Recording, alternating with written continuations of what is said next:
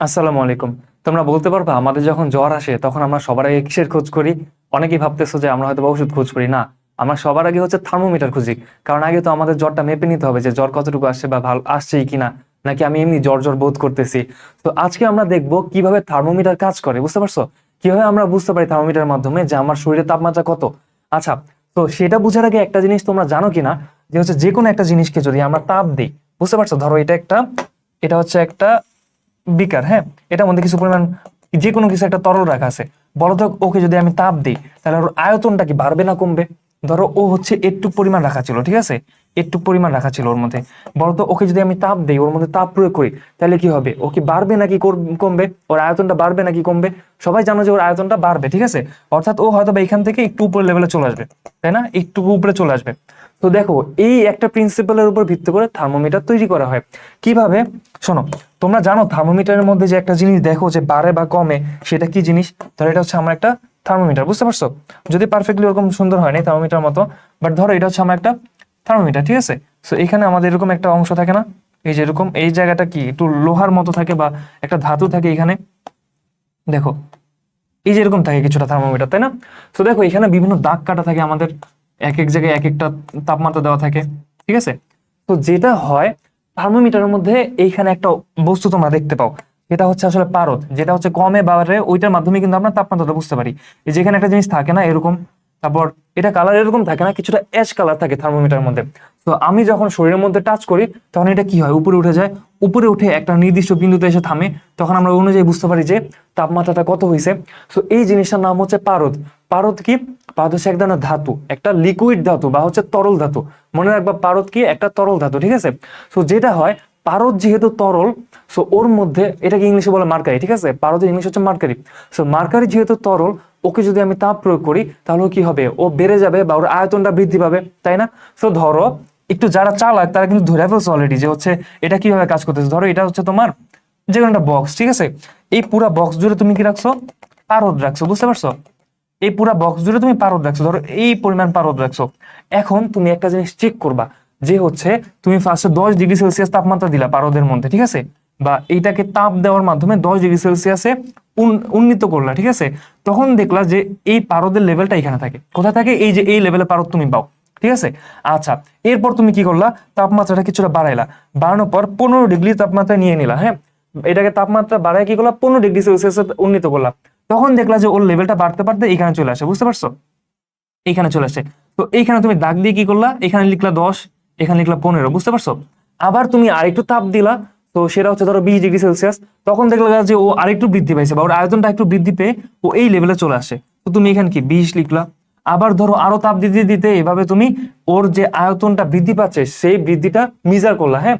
তো ধরো 10 ডিগ্রিতে ছিল একটু, 15 ডিগ্রিতে আসছে একটু, 20 ডিগ্রিতে একটু আসছে, এভাবে 25 ডিগ্রি, 30 ডিগ্রি, 35 ডিগ্রি, 40 ডিগ্রি তুমি মার্ক করে ফেলা, ঠিক আছে, যে ও কত ডিগ্রিতে কোথায় থাকে, বুঝতে পারছো? 25, 30, 35, 40। হ্যান্ডরাইটিংটা ক্লিয়ার না আসলে, এখানে একটু বেশি মোটা কালিটা ইউজ করছি তো। আচ্ছা, যাই হোক, তো আশা করি তোমরা ধরতে পারছো আমরা কি করতেছি। এখন একটা জিনিস চিন্তা করো, আমি যদি ওকে আবার তাপ কমায় 10 ডিগ্রিতে নিয়ে আসি, ও কি করবে? ওর আয়তনটা আবার কমে যাবে। তাপ দিলে আয়তন বৃদ্ধি পাচ্ছে, তাপ কমালে আয়তনটা কমে আসবে, তাই না? তো দেখো, ও তখন উপর থেকে আবার সেই এই যে 10 যেখানে তুমি মার্ক করে রাখছিলা, এই দাগে চলে আসলো, ঠিক আছে। এখন দেখো থার্মোমিটার কিন্তু এক ধরনের আমাদের তৈরি হয়ে গেছে। কিভাবে? এখন ধরো তুমি এমন একটা জিনিস আনছো যেটা তাপমাত্রা তুমি জানো না, ঠিক আছে, এটার সাথে টাচ করাইলা। ধরো এটা হচ্ছে এমন একটা বস্তু, এটার সাথে টাচ করাইলা যেটা তাপমাত্রা তুমি জানো না। এই যে এটার মধ্যে যে তোমার পারদগুলা ছিল, সেই পারদগুলা কি করলো এবার? হঠাৎ করে দেখলা এটার সাথে টাচ করানোর পর পারদগুলা এই লেভেলে চলে আসছে, ঠিক আছে, এই লেভেলে চলে আসে। সো দেখো, তুমি কিন্তু একটু আগে এইখানে দাগ কেটে রাখছিলা, এটা কোন লেভেল? 25 ডিগ্রি লেভেল না? অর্থাৎ দেখো, যদি কোনো 25 ডিগ্রি সেলসিয়াস তাপমাত্রায় ওকে, মানে তাপমাত্রায় ওর সাথে ওকে স্পর্শ করাতা, তখন কি হতো? এই পারদটা বাড়তে বাড়তে এই লেভেলে আসতো, এই জন্যই কিন্তু এটার নাম 25 দিয়েছিলাম, মনে আছে? সো এই বস্তুটার সাথে টাচ করাইলা, এই জিনিসটা উঠতে উঠতে 25 পর্যন্ত আসলো, তাহলে এই বস্তুটার তাপমাত্রা কত? 25 ডিগ্রি সেলসিয়াস না? সেম ভাবে ধরো তুমি আরেকটা আরেকটা জিনিস স্পর্শ করালে এর সাথে, ঠিক আছে। সো ওইটা স্পর্শ করানোর পর এখন ধরো এই যে মার্কারির যে লেভেল বা পারদের যে লেভেল, ওইটা দেখা গেল যে একটু বেড়ে এই যে 20 পর্যন্ত আসছে, বুঝতে পারছো?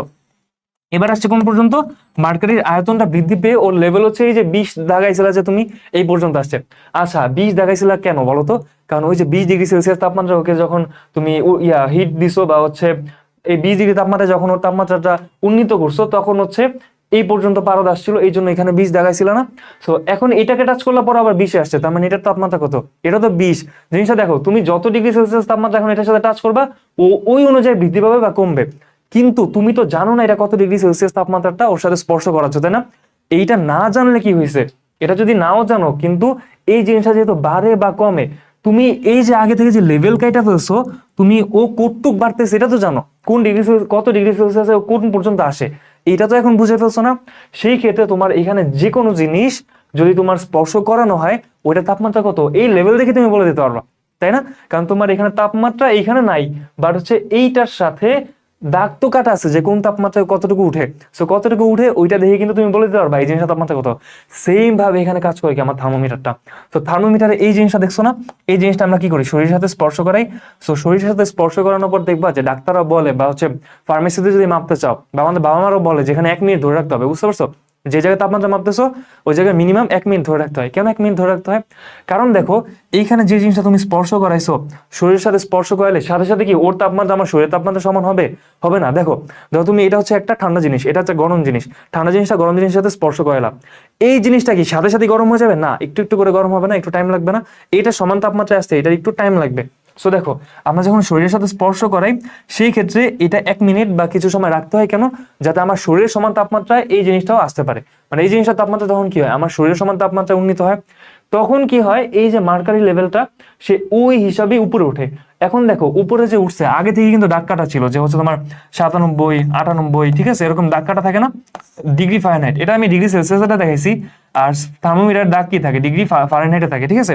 তো যাই হোক, তো এখন তুমি যেহেতু আগে দাগ কেটে রাখছো, এই মার্কারিটা বা এই পারদটা কতটুকু উঠবে এটা দেখে তুমি কি করতে পারবা, বলে দিতে পারবা যে হচ্ছে যেই শরীরের সাথে টাচ করছো ওই শরীরের তাপমাত্রা কত, বুঝতে পারছো?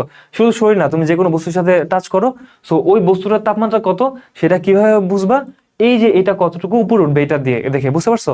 সো এইটা উপরে ওঠার পর কোন তাপমাত্রা থামছে সেটা হচ্ছে আমার শরীরের তাপমাত্রা। তো আশা করি তোমরা ধরতে পারছো থার্মোমিটার কিভাবে কাজ করে। এটা কিন্তু আমাদের জন্য খুবই প্রয়োজনীয় একটা উপকরণ। তো তোমাদের অনেকেই প্রশ্ন জাগে যে হচ্ছে থার্মোমিটারটা কিভাবে কাজ করতেছে আমাদের জানা উচিত, ঠিক আছে? বা হচ্ছে অনেক হচ্ছে কনফিউজ থাকো, অনেকের কৌতূহল তৈরি হয়, ঠিক আছে? তো আশা করি কিছুটা কৌতূহল এই ভিডিওর মাধ্যমে তোমাদের নিরসন হয়েছে। আচ্ছা, সো আমাদের দেখা হবে আবার নতুন একটা ভিডিওতে ইনশাল্লাহ। তো ভিডিওটা যদি তোমার ভালো লাগে সাবস্ক্রাইব করবা, লাইক করবা, আর হচ্ছে আবার আমাদের দেখা হচ্ছে অন্য কোনো ভিডিওতে ইনশাল্লাহ। আল্লাহ হাফেজ।